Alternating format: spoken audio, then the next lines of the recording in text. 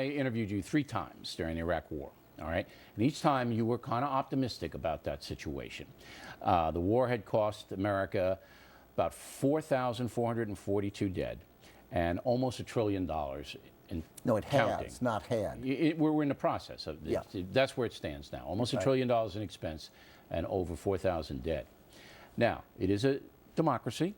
It's not like Iraq. I don't believe, it's not like Afghanistan. I don't believe it was a corrupt election there. I believe like he was elected legitimately. Shaky, but we accomplished our goal there. We accomplished it.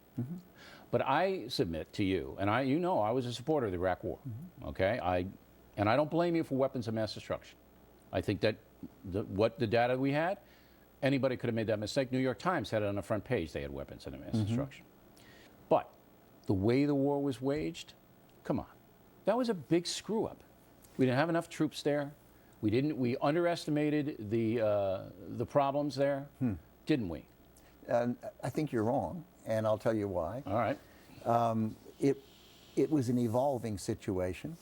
General Franks had a plan where he could have put 450,000 troops into Iraq, and he had off-ramps when he decided he didn't need them.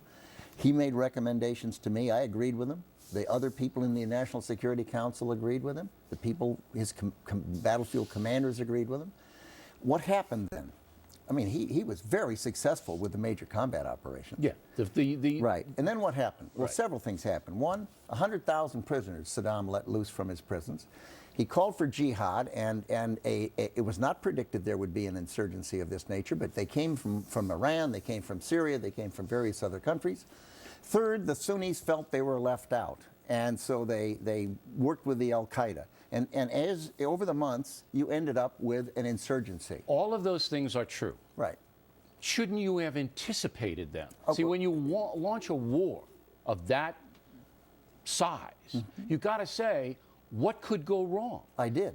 I put in my, if you go to my website, rumsfeld.com, you'll see a thing called the Parade of Horribles, where I listed 15, 20, 30. Back then you listed them? You bet. Why didn't you Before the war tell started. me in the press, though? Well, I told the president, and I told the National Security Council. You didn't tell the people.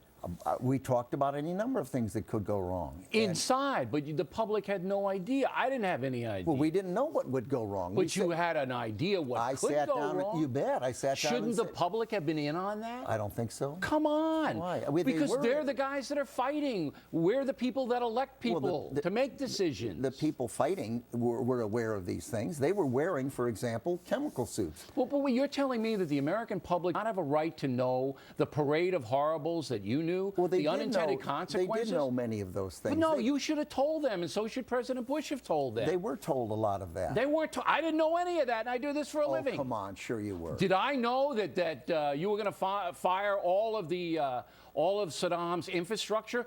They would all be fired, so they'd be teed off and come back and shoot you? Did I know the armaments were going to be looted, and that you weren't going to have American soldiers stationed there to stop that? Did I know that the Sunnis were going to be shut out, and we're going to be so angry they would attack Americans? I didn't know any of that. You want me to respond to that? Yes. Okay. The decision on the Army suggests now today, in retrospect, that it was disbanded and it was a big mistake. In fact, it disbanded itself. And Bremer and the Coalition Provisional Authority have been criticized for that. The only real fault one can make is they didn't start paying the people fast enough. There was a delay in being able to pay the people who had disbanded themselves. And then they reconstituted the military with the debathification. The same thing was done in Nazi Germany.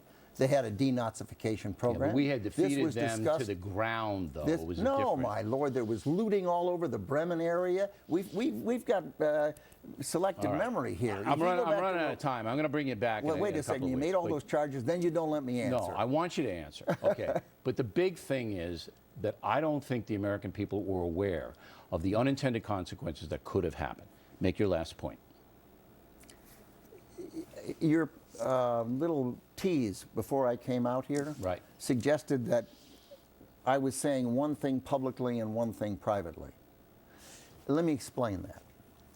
I was saying what I was saying publicly, and it's what I believed at the time. We all know that any plan is out the window once you make first contact with the enemy. That's the nature of it. Eisenhower said, the plan is nothing, planning is everything. And because you have to keep adjusting and adapting to what takes place in the battlefield. If anyone thinks you can sit back, plan the thing all out, and have it go that way, It's it's impossible. never been that way. But you I know that. Look, as I said, Now, just a minute. Go ahead. So what I said was, here's where I think we are every week or so. But I was constantly inside doing what a responsible leader should. And so was the president. So was everyone else on the NSC. I was saying, what about this? Shouldn't we be thinking about that? Are we doing everything we need to do? All right, but the public And didn't those know. are responsible questions inside. Okay. And that's why people should read your book, because they I can hope get so. inside. And I hope they'll go to the website, Right. rumsfeld.com. But all I'm going to tell you is the public and I didn't know a lot of this stuff, and I think we should have. Mr. Secretary, always good to see you. Thank very, you. Very good debate. Very fun. Good to be Plenty here. more ahead as the factor moves along this evening. Our American kids